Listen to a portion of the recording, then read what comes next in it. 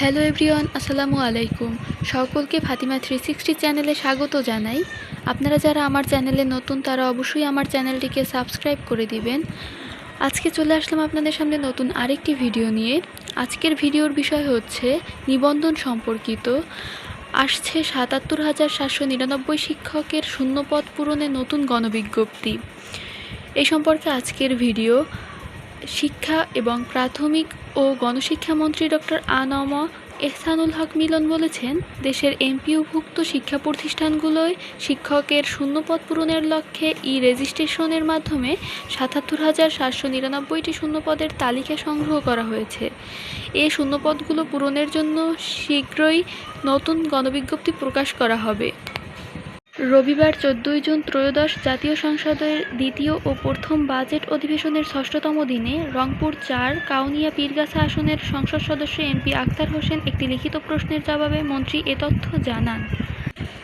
সংসদ সদস্য আখতার হোসেন তার প্রশ্নে জানতে চেয়েছিলেন, অত্র এলাকায় সরকারি এবং এমপিওভুক্ত মাধ্যমিক বিদ্যালয়গুলোতে মোট কতটি শিক্ষকের শূন্যপদ রয়েছে এবং এনটিআরসিএ এর মাধ্যমে চলমান নিয়োগ প্রক্রিয়ায় এই শূন্যপদগুলো পূরণে বিশেষ কোনো অগ্রাধিকার বা দ্রুত ব্যবস্থা গ্রহণের পরিকল্পনা রয়েছে কিনা। শিক্ষা এবং প্রাথমিক গণশিক্ষা মন্ত্রী বলেন, সরকার শিক্ষা প্রতিষ্ঠানে শিক্ষক সংকট নিরসনকে সর্বোচ্চ গুরুত্বের সঙ্গে বিবেচনা করেছে।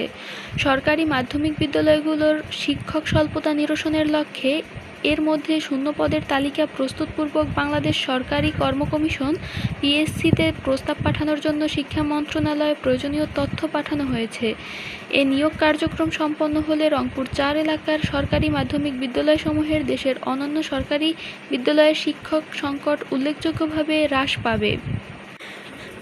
এছাড়াও শিক্ষামন্ত্রী আরও উল্লেখ করেন, এমপিওভুক্ত শিক্ষা প্রতিষ্ঠানসমূহের স্কুল, কলেজ, মাদ্রাসা, কারিগরি ও ব্যবসায় ব্যবস্থাপনা প্রবেশ পর্যায়ের শূন্যপদ পূরণের লক্ষ্যে সম্পূর্ণ অটোমেশন পদ্ধতিতে জাতীয় মেধা তালিকার ভিত্তিতে বেসরকারি শিক্ষক নিবন্ধন ও প্রত্যয়ন কর্তৃপক্ষ এনটিআরসিএ নিয়োগ সুপারিশ কার্যক্রম পরিচালনা করছে।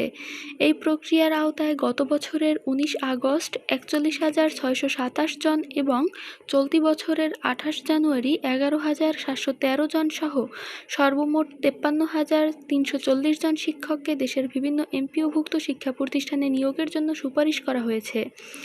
তিনি জানান, বর্তমানে এমপিওভুক্ত শিক্ষা প্রতিষ্ঠানসমূহে শিক্ষকের শূন্যপদ পূরণের লক্ষ্যে রেজিস্ট্রেশনের মাধ্যমে ৭৭,৭৯৯টি শূন্যপদের তালিকা সংগ্রহ করা হয়েছে, যা পূরণে শীঘ্রই নতুন গণবিজ্ঞপ্তি প্রকাশ করা হবে।